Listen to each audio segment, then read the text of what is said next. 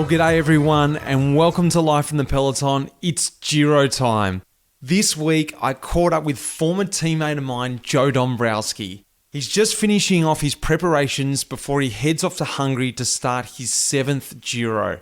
The Italian race is a really special race to be part of, and Joe is a real Giro specialist. We rode the race together in 2018, and even then, I noticed that Joe is a real conventional Giro rider. You're probably wondering what that actually means. He's a former winner of the under-23 Baby Giro. He's built for the mountains, and he actually loves it when it goes uphill right at the start when the gun goes. Uphill starts, something I wasn't good at, something the Giro loves to put in. And in 2021, after nearly 10 years of trying, he finally became a stage winner. He's a 30-year-old American. He started his career with Team Sky for 2 years. He went to Cannondale, rode there for 5 years before it changed into EF. The last 2 years he was on UAE Emirates, and now he's on Astana. Now we talk a little bit about the Baby Giro, the under-23 amateur Giro race in this podcast, and Joe Dombrowski is the winner of that race, and I thought it's quite significant to set up what that means.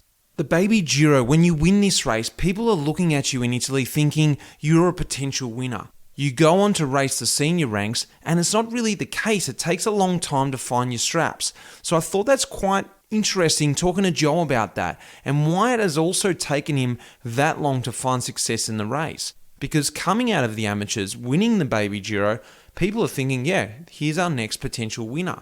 But yeah, he is still a long way from that. It's interesting to understand that dynamic of the amateurs aren't the same as the pros. And the Baby Giro, as significant as it is, it does not necessarily mean you're going to go on to win the Giro d'Italia. But one thing I love about the Giro, and throughout the month of May, there's one colour that dominates the men's professional peloton in Italy. The colour pink I'm talking about, which is a nod to the Gazzetta dello Sport newspaper, which actually founded the race in 1909. The Giro's Mirgla Rosa. It's a sign to the newspaper, which is printed on this iconic pink paper. Can you believe it? A newspaper that's pink. And therefore, no other trade team colours can clash with the iconic leader's pink jersey. Of course, this means EF Pro Cycling's regular race kit is completely off limits at the Giro d'Italia. But as we've already seen the last 2 years, this just gives Rapha a chance to create some of the most outrageous and awesome change-out kits we have ever seen. We all remember 2020, the Rapha EF Palace collaboration kit. I'm talking about the Ducks, that kit that just exploded the Peloton. And of course, the 2021 Quadroscopic kit, designed to celebrate people from different backgrounds and nations coming together to pursue a common goal. There was not one drop of pink in that kit, yet there was every other colour in the rainbow. 2022, I don't know. I don't have the scoop anymore. The kit is about to drop, the new change-out kit. I'm hoping to be able to get my hands on some of that, but usually it sells out or they don't even offer it. I love that about Rapha. They get this chance to create this awesome kit. Guys, I'm not going to go any longer. This is an awesome Giro episode. We get into this year's Giro as well. We unpack what Joe's looking forward to, what he's going to attack. Plus, we hear about the history of the Giro, like I said. Guys, sit back. This is a great episode.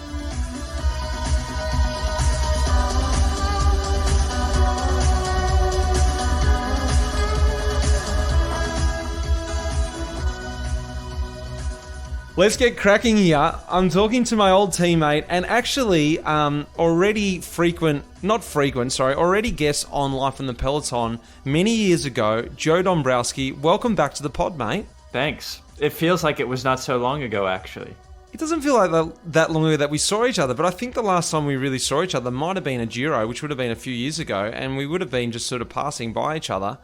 I would have been suffering, and you would have been slowly moving your way to the front. But you know, it's like when you're a neo-pro, everyone's like, oh, make sure you enjoy it. Time goes fast, blah, blah, blah.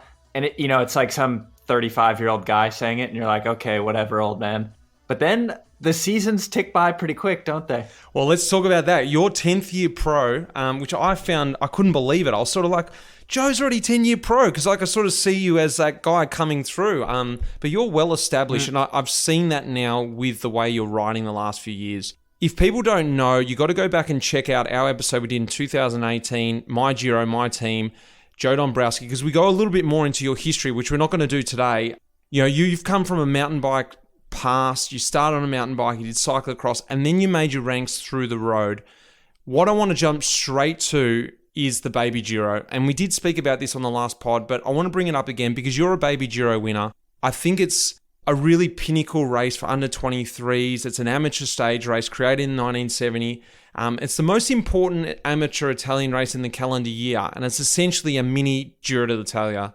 You know, they've got winners there like Pidcock, Sivakov, Danilo De Luca won it, Gilberto Simoni, Pantani, Francesco Moser, and Joe Dombrowski. So it sets it up. You know, these are the guys. But what I want to ask you is, tell me a little bit about this race. What is it like? How many stages is there? What's pinnacle about this Baby Giro?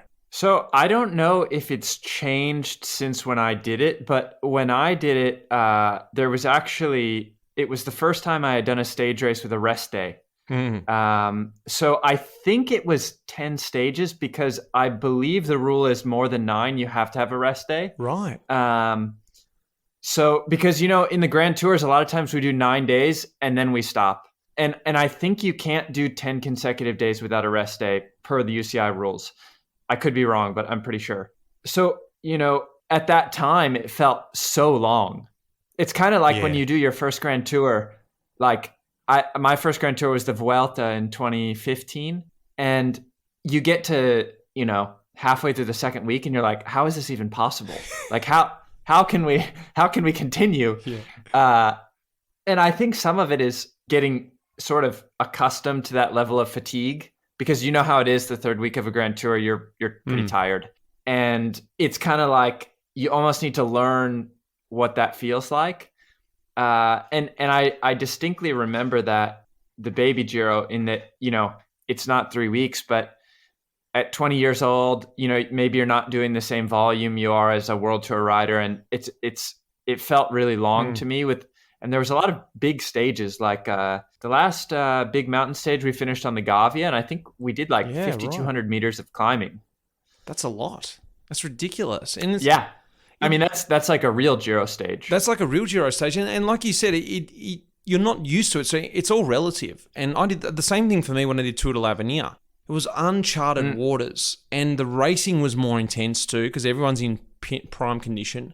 And it's uncharted waters. And the weird thing is, when you go back then to smaller races, it feels quite short. You're like, oh my God, this would be like, you know, only the 5th day of l'Avenir. I always think, or, you know, when I did Paris-Nice too, I was like going back. And then when I did my first Grand Tour, I was like, Paris-Nice is easy now. But it's weird how the Giro, every year you come back to it, you don't think, oh, it's easy because I've done one.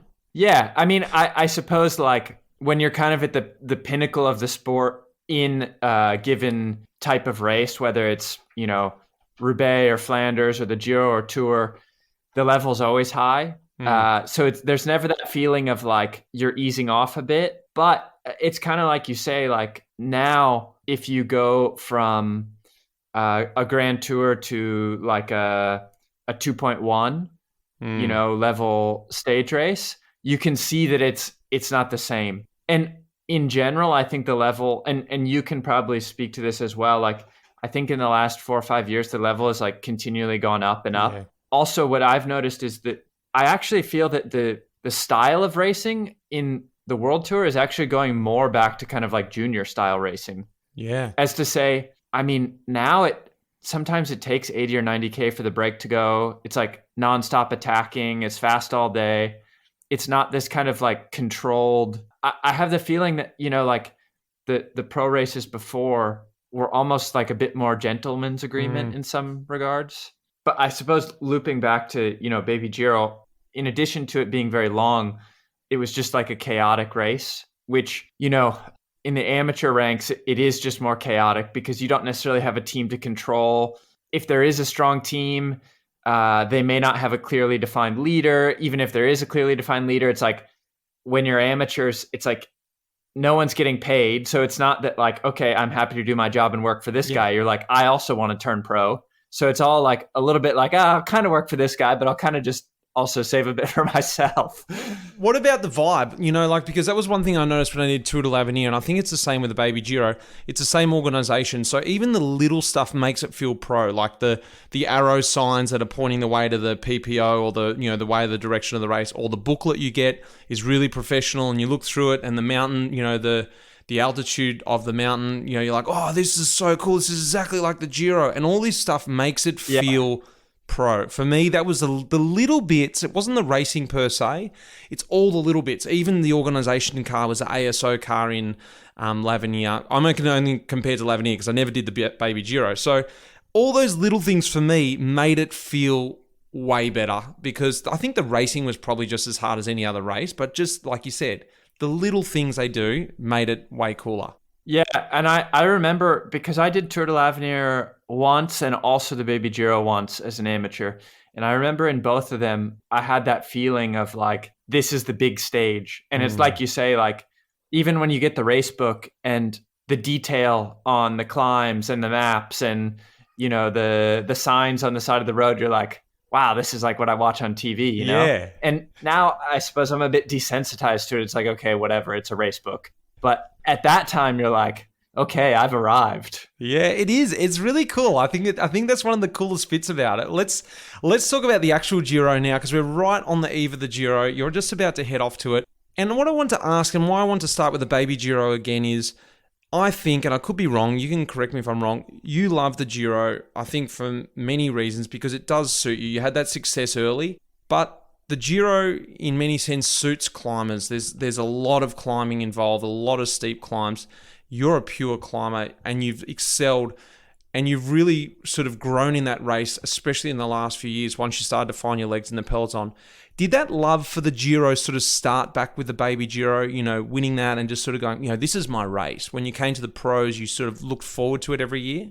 I think so. It's like, I think an element of like, it's where I had an early success, so you kind of carry that forward. I think also an element of, as you say, the kind of rhythm of each race is a little bit different. You have this continuity year to year within a given race in that kind of rhythm. And the way the Giro is raced, and as you say, the long climbs, steep climbs, kind of high alpine stages, I always felt that it was something that suited me, as opposed to like, if you kind of contrast that to the Vuelta's typically, like, often will start on a bigger road, like a highway. It's really fast. And then a lot of times the finish, it's an uphill finish, but it can be only 2, 3, 4K and really steep. And it suits more of an explosive rider, which I like the Vuelta, but I would say it's less suited to my characteristics. And yeah, in addition to the race itself, I just think that I like the kind of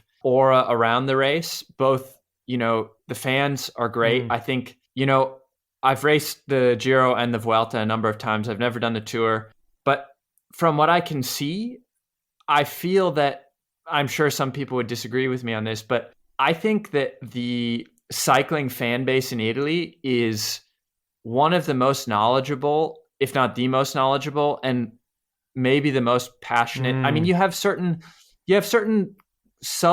like, I don't want to say subcultures, but you have certain areas like the Basque Country or Flanders where cycling is really alive and well and people love it. But also I think that Italy, yeah.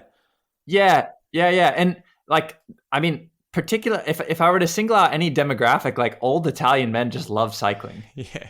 But I even, to even go further with that, this is a question I wanted to ask you. This is the thing that everyone says, especially the Giro preach this. It's the most beautiful race of the season. But in many times you're in the bunch and you're thinking of that comment and you're in some epic climb getting rained on and you're tired and you think, who the hell said this is the most beautiful race? But it's when you get back to the hotel and it's that feeling you get from the staff, the local staff who probably haven't even seen the race, that welcoming feel. Welcome, here comes the warriors, from the Giro. You get this, you sort of get this rock star feel, but it's a bit more humble. It's a bit more wanting to sort of service you, bring you nice food. They don't sort of fluff around you. It's a real welcoming feel. And when you've had these tough days, I always remember leaving Italy thinking, why didn't I live in Italy my whole career? This is such a stupid move. This is a place for cycling. But of course, training's another thing. on the racing side, this is that culture we're talking about. When you're in at the start, you see it. And like you said, you ride past and you see an old bloke smoking a cigarello on the side of the road, drinking his grappa, 9 a.m, just watching the race. And you think, this is the culture of cycling, isn't it? Yeah. Well, and I think, obviously people love the Tour de France, right? But I've thought, and again, I could be wrong on this, and it's merely an opinion, but I always have thought of the Tour a little bit like the Super Bowl in America. Like, I don't really care about American football. I don't follow it. But when I'm in the States, when the Super Bowl is going on, I've always watched, just like all my friends always watch. And it's normal that like you go to a Super Bowl party and whatever. And it's kind of like you watch just because it's the Super Bowl. Like you have to watch, As to say, like, I feel that the Tour has like this bigger following because, okay, it is the biggest race on the calendar. But I feel that the Giro has more like a passionate following. As to say, maybe the Giro is, if I were to compare it like in a American sporting mindset, maybe the Tour is more like the Super Bowl, and what's the Giro? The Giro is more like college football. Okay, it's more, yeah. Because if you really follow college football, you're like more of a hardcore football fan, I think. Nice analogy. Now, this is a thing that everyone says. Everyone wants to do the Tour. But I'm talking about riders now. This is the general feel in the Peloton. Everyone wants to do the Tour. They want it on their Palmares. Whether they want to do it or not, they just want to tick it off. I know there's a few that actually want to race the race. But everyone loves to do the Giro. And I find that comment quite hard because it is actually brutally harder. Me also never having ridden the Tour, I can only go off what people say. Tell me why you think the Giro is actually a brutally hard race. Not apart from, of course, the parkour, but tell me about all the other stuff. Tell me about a day in the life of the Giro, things that people don't actually get to see once they turn the TV on and then switch it off once they cross the line. You mentioned the parkour. Obviously, that's one of the biggest elements is that, particularly in the last week, you tend to have really a lot of very demanding mountain stages. And the climbs, I think, are harder than what you see, for example, in the Tour. Typically, if you think like a Mortirolo, that sort of type of climb, I mean, it's hard. Also, the weather it can be. I've ridden the Giro before where I think I wore a rain jacket for 15 minutes in the whole race. But I've also ridden the Giro where I think I've worn a rain jacket 15 days of the race. Yeah. So it can be, the weather can be pretty touch and go. And, you get into the mountains and for a lot of the high alpine stages, late May at 2,000 meters is still a little bit iffy. And if you remember, like, I didn't race the Giro that year. It was before my first Grand Tour, but if you remember, was it the year Quintana won? And there was this whole debacle over like the neutralized descent that was maybe neutralized or not, and so yada yada. But like Rigo was leading, and there's he took advantage of that. It was supposed to be between the riders, gentleman agreement. Let's just cruise down this hill. Yeah. But I mean, you literally had riders like getting in cars trying to get warm, and it's pretty savage. And that's just not a one-off. Like, and the thing is, when you talk about these climbs, one thing that I found very tough about the Giro is you might have an epic stage. They're typically very long stages, longer than any other Grand Tour. A lot of stages over 200. But what a lot of people don't see is the Giro like to tack on like about 30 or 40K getting down mountains. And you get to the bottom of the mountain after you've finished, and it's from there, they just slip in another 20 to where the bus park is. And you're sort of losing your mind at this point. You're like, you have got to be kidding me. I'm on my hands and knees. And I've got to ride 20K to the bus now. When you get in that bus, suddenly you then discover, oh, by the way, boys, it's 3 hours to the hotel. And that is sort of the little straw that breaks the camel's back. Sometimes can be the thing that pushes you over the edge, isn't it? Well, do you remember 2020, there was the whole polemic over the rider protest. It was in the last week. I'm forgetting the stage, but we were meant to go past Lake Como. Or 20 or something. It was right maybe there, stage 19, yeah. And essentially the riders were like, we're not doing this. Make the stage shorter, because essentially all the last week it was stages, over 200K with an hour or 2 hours transfer before and after the stage.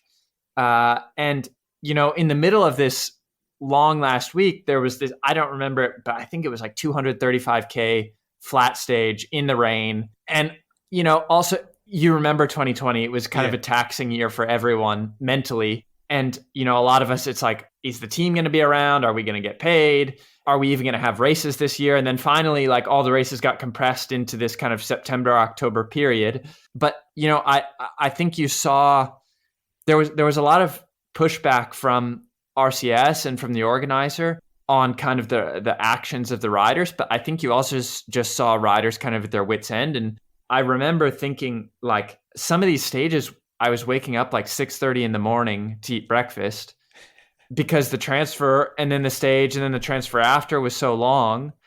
And then you would eat dinner at 11 o'clock at night while having done a 6-hour stage. It's like, there's not 1 minute of the day where you can just relax. Yeah. And that's the funny thing. I try to think about, and I was trying to compare it to something. I was like, for me, it's a little bit like Paris-Roubaix, if you can understand that. It's a race that you hate but love at the same time. In the moment, you're hating this race, but as soon as you conquer it, as soon as you complete it, whether you get a result there or whether you just literally get through the 21 days or whether you make it to the velodrome in Roubaix, as soon as you finish, you want to go back the next year. I don't know what it is about these two races. The Giro is the same thing. I remember 2018, we did it together. This was a brutally hard Giro. I remember hands and knees getting across the line, and I was thinking, literally 5 minutes before that, I'm never doing this race again. And I think 30 minutes later in the bus, I was like, yeah, I wonder what about the Giro next year. I'm like, what is wrong with me? I just was completely defeated this race. Yeah. Let's talk about Giro 2022, right around the corner now. You're just about to head off. Let's just run through the stages because it runs up in Budapest, Hungary. You got 3 stages up there, and stage 2's an individual time trial, which is a bit different. Stage 4, you're going to go straight into Sicily and you're going to do Mount Etna. Do you know much about the parkour yourself? So I've looked somewhat of an overview in general. So I have a reasonable idea of the stages. I haven't looked in like great detail. I wouldn't say before a Grand Tour I tend to kind of go crazy into studying every stage. Let me give you a little look that I had a look at. I just picked out the ridiculous stuff. Stage 9, you're heading to Blockhouse. This is, like you said, before the first rest day. That's a 13.7k climb at 8.5%. The stage is 4,500 meters of climbing, just to wrap up the first week. The next thing I picked out was stage 16, the Monterollo. As soon as I see that climb, I'm laughing because that thing is an absolute prick of a climb. And that day, you got 5,500 meters of climbing, 200k. Jump forward to stage 20. They always love putting a doozy in stage 20. 4,500 meters of climbing over 168k. And then you got to finish stage 21 with an individual time trial. That stuff I can imagine for you doesn't really scare you because you've actually got a really good team, yourself included. It looks like Nibali is on the start list as well. 2 times Giro winner, 7 times stage winner, the Shark, the god in Italy. You got Dela Cruz, you got Lopez. Mate, with that parkour in mind, what are you thinking with your team and just your general feeling about the race now? I think we have a really strong team going to the Giro. I admittedly, I think at the start, maybe the results haven't totally been there the last couple months, but it's been a little bit of a complicated year. A lot of riders have been sick early in the year and injuries and whatever. But I think, we just did Tour of Alps last week. My feeling there was overall pretty good. I think Lopez was looking really good. He won a stage. I think Nibali will come good. And I think we have a good kind of balanced team for GC, but also for we don't have anything in the way of sprinting capability, but for GC, and then also, depending on how the GC plays out, there may also be room for stages like, someone like myself, like in a mountain stage where you have an opportunity to try and win a stage. What about you? Thinking back to last year, solo victory, your first victory really in Europe since that Baby Giro, and it was an amazing victory. You went away from Dombrowski, who is an Italian rider, a force to be reckoned with, really. Tell me about that victory last year and what that meant to you. Yeah, it was nice. It's like, I'm often more of a rider that excels like later in the race in the third week when people are more tired. And on the paper, I probably wouldn't have expected that sort of outcome so early on, but it was, I was feeling good and really just in a pretty amazing day. It was such a roller coaster of a first week in that, I won the stage on stage 4, and then I was already starting to look forward, to the later part of that week, because I was like, well, I feel that I'm climbing really well. I'm in good shape. And there was a uphill finish stage 6, and it was like I was second overall. DeMarchi had the jersey, but it wasn't so big of a gap, like 15 seconds. And I thought, I think in a couple of days, there's a really good chance I'm going to take the pink jersey. And then stage 5, the day after I won, we had a finish coming into, might have been Cesenatico, one of these kind of Adriatic coastal towns. And as you know, with beach towns, there's, the boardwalk, there's bike paths, there's all sorts of stuff in the road. I probably was being more aggressive, trying to stay in the front with this in my mind. Like, look, you've got a great chance to be wearing the pink jersey in the Giro in a couple days. Like, don't miss out on a time split with something stupid in a sprint, So up there fighting and just smacked a traffic island at 60 k's an hour and came away with, luckily, nothing broken, but had a concussion, and it was just not possible to continue. But it's almost analogous to kind of how the Giro is as a race itself, in that you have these highs and lows, and it's so I feel that in general you see more unpredictable results in the Giro than in, for example, the Tour. You don't see the same level of control. Anything can happen on any given day. You kind of have to be ready for anything at any time. And yeah, I mean, if you could sign on the paper before it happened, like, are you willing to accept this crash but win the stage the day before? Like, you would probably say yes. Oh, yeah. So in a way, you're like, I feel so unlucky. Like, I could have been in the pink jersey, or I could have done maybe this year, I was already ahead. Maybe I could do a great GC or whatever.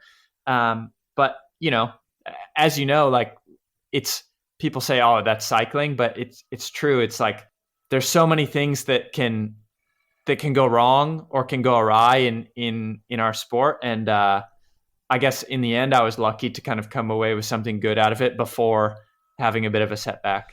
Well, yeah, tell me, because the year before, things were really starting to pick up. There's your last year with EF.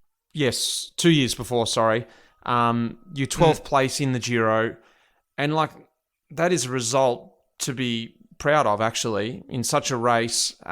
Really starting to show your full potential, I think, after that Baby Giro victory. It's like, okay, this is where I'm meant to be. This is actually what I'm meant to do. You're starting to find your straps, because everyone forgets it's pretty hard stepping into the World Tour, whether that's the physical ability or whether that's just finding your place in the race or just getting used to the load. And you often see it after whatever it is, 3, 4, 5 years, guys hitting their straps where they should be, or they fall away and you don't see them in the World Tour anymore. So that's what I sort of saw with you in that 12th place. I was like, wow, it wasn't a surprise for me knowing your past and actually having ridden with you and seeing that stuff that no one sees. For instance, riding from the back to the front on a climb and actually being in the front group. You're like, that's incredible. No one's even going to be able to see that. But finally, when you got your stuff together, that 12th place, and like you said, 2021 was shaping up to be that. You were close to the pink jersey. I guess in saying all that stuff, looking to this year, does that give you a lot of confidence now coming forward with the Giro, with such a team like this, whether you're going to have a working role that you know that you're going to be out, you've got the legs to do it, you've got the confidence, but if things turn in your way, do you have the confidence to back it up now? Not obviously the physical ability, you know that, but now you've actually got the confidence, like, hey, I've been up the front, I know what to do. Yeah, I think so. As you say, it's like, with the team we have, it's not that I go to the race with like a free role or as a leader or anything like that. But even with clearly defined leaders, the story of a Grand Tour, how there's a lot of storylines that develop within the race. And these doors and opportunities sort of open that maybe wouldn't open in the course of a 1 week race. The breakaways have more kind of leniency. You can take more time. the bunch gets more tired, and inevitably some days they just say, okay, we can't continue on like this, let the break go or whatever. So while I think, with Nibali and Lopez, it'll be for me a role of being there to support them. As you say, you get this experience in the last few years and you build your confidence. And it's not only having the legs to be there, but also knowing that you can do it and knowing you can execute and staying calm. And, as an example, even like the stage I won last year, there were other years where I was, in this situation close to winning a stage where I was second or third on a stage.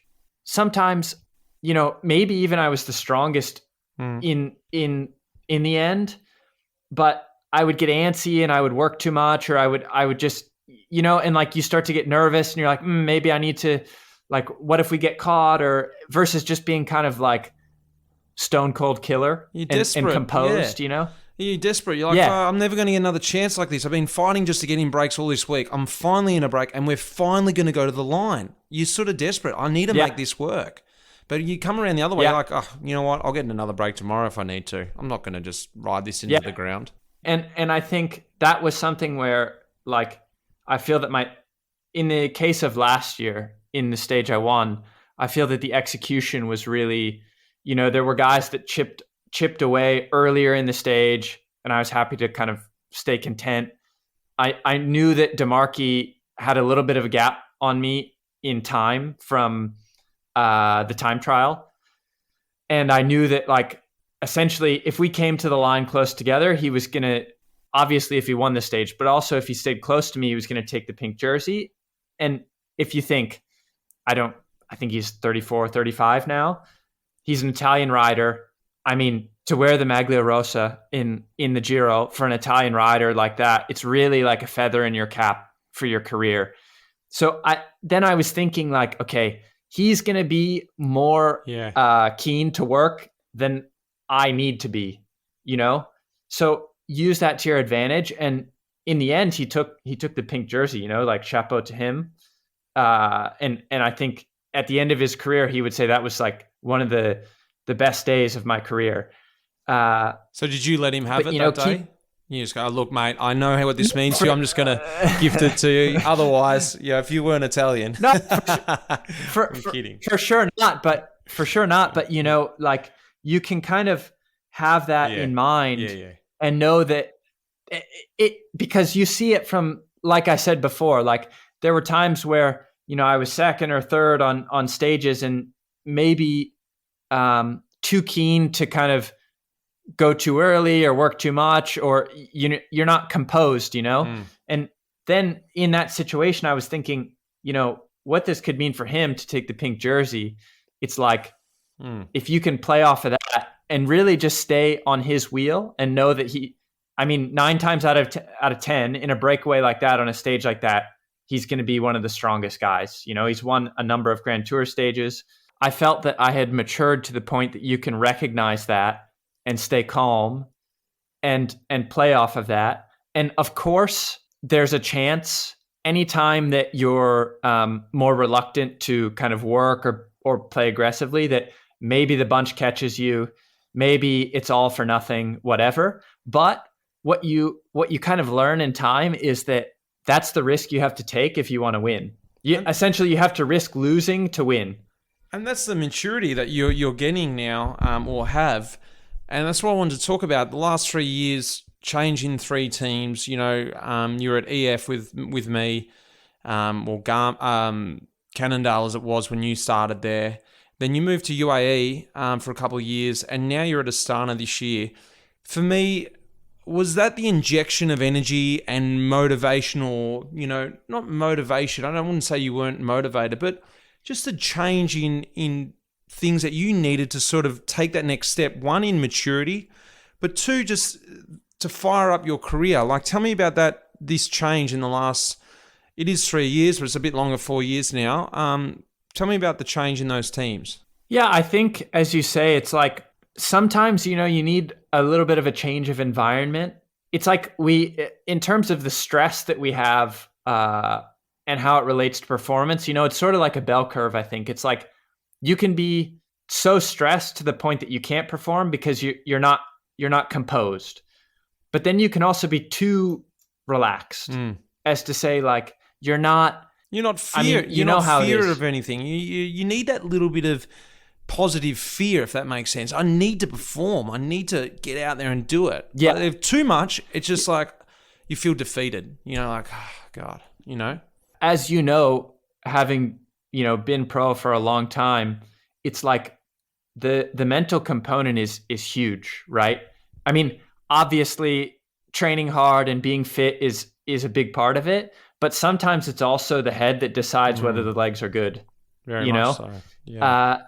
And I think for me, actually changing teams the last couple times has been good in the sense that it's been a little bit of like a positive push. Even something as simple as when you come into a new team, you want to start well, because not that cycling's full of snap judgments, but like it's always like you're as good as your last race, And when you come into a new environment, a new team, if you start well, then it's like more doors open to you. Maybe your race program's better. Maybe it's less likely that your race program's getting changed around at the last minute. So I think even something like that, like sometimes a change can be good. And then, okay, obviously if everything's working well and you're, an example would be look at Valverde. Yeah. Like clearly everything is working quite well for him in that team. I think he's comfortable. It's probably fun for him because it's very much a Spanish team. He's a Spanish rider. And if that works for him, then, it's perfect. But sometimes not, I wouldn't say that I needed to change from EF, but I think when I look back on it now, because if I'm totally honest, when I initially went to UAE, I was like, how is this going to be? I'm not sure if I'm really going to get on with this, But then when I got there, actually, it was really a good experience. And I have to say, it's a very good team. And, if I hadn't kind of made that change and stepped out of, because like I say, yeah, exactly. And, you rode an EF, and particularly like for an Anglo and really even more so for an American rider, it's very comfortable. Yeah, the same thing happened to me coming to EF. I had the same environment in Green Edge. And for me, coming to EF was a push for me. I was able to sort of, just the comments I got from the very beginning there, I got asked for opinions and stuff. And I'm like, what are they asking me for? And I'm like, hang on, I do know stuff. I have been pro for 10 years. Whereas, I was in my old team, I was still that guy that came in there as a 3-year-old pro. And, I never really grew in their eyes. But in the new team, they're like, oh, you've been around for ages. You must have a good opinion. So it did refresh me. Well, yeah, and there's no like animosity with your old team. No. Actually, a lot of those people are good friends and you see each other at the races, you talk, but sometimes, you see that riders benefit from a change. And in my case, I think it was good. And, you just get experience in different teams over the course of your career. And yeah. Lastly, mate, because you're on the eve of the Giro and I know you've got to get yourself going and pack bags. This is it. Tell me, what about you personally? What do you want out of this year's Giro? It doesn't have to be results. Maybe it's a feeling. I know everyone's got that inner goal. It's what they use when they're out training. That, that vision. Oh, if I could just do this is what I'm focusing on. What's yours? Because I know everyone's going to be watching. What are you feeling, mate? Well, I think given the team we have going to the race, that I would like to kind of fulfill my role the best I can as a teammate, which for me, I think looks like, really being there on the mountain days when it's hard, when the group is small. And, if Lopez or Vincenzo needs a jacket or a bottle, like you can get it. If you need to pull, you can pull, kind of being present and being there when it's like kind of that select group.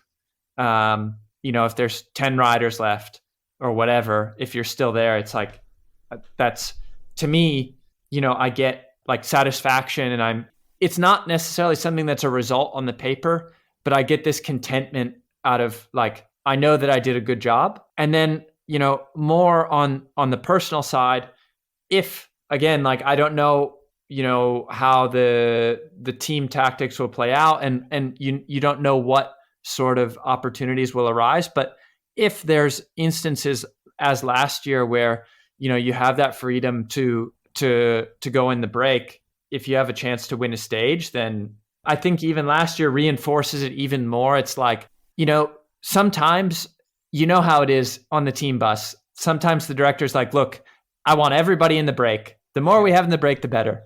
And sometimes when the riders are tired, it's like, yeah, I kind of want to be in the break, but I kind of don't, And it's like, you know what? The way I see the racing going now, I think there's been a bit of an evolution where we ride fast all day. It's always fast. I think because of that, if you look at the Giro and particularly the Giro and the Vuelta last year, the number of times that the breakaway won the stage, it's incredible. Yeah. I think it's more than 50% of the time. So it's like, okay, if you take out sprint stages, which for sure I'm not going to win, if that's, 7 or 8 stages, then if the breakaway's winning 9 stages, it's like most of the time that it's not a for sure sprint, the breakaway's winning.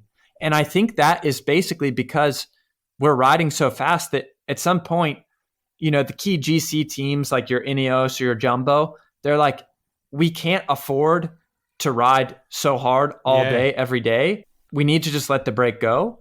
So then it becomes really a race of 2 races. Like what I realized in the Giro and also the Vuelta last year, because last year also I was close to winning a stage in the Vuelta.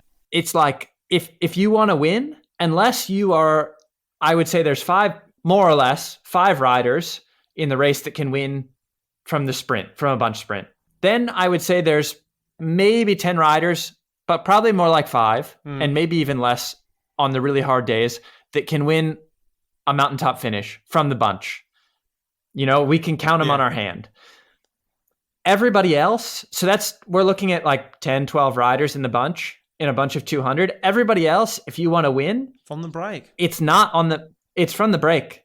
So, and I think that's becoming more and more common. So it's like, I just think, obviously you're not always in a position where you can go and the team dictates that, and who the team has and their strategy, that's everything.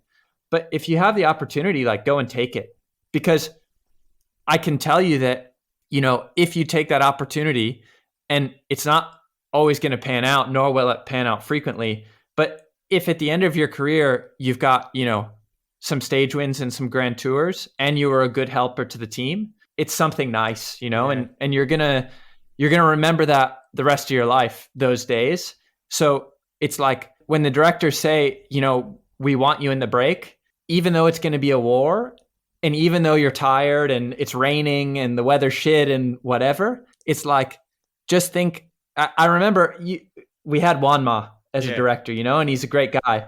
Juanma Garata, I don't know if you remember, but he would always tell us in the bus, like, guys, today, I really think the breakaway is going to go. And just remember that today, if you win, it will change your life. Yeah. Mate, that's a really nice point. It's what I think. Yeah. Well, mate, good luck coming up. I want to see you up the road, and I want to see those hands in the air. Yeah, let's get another stage win. Thanks, Joe. Yeah, I hope so. Thanks, man.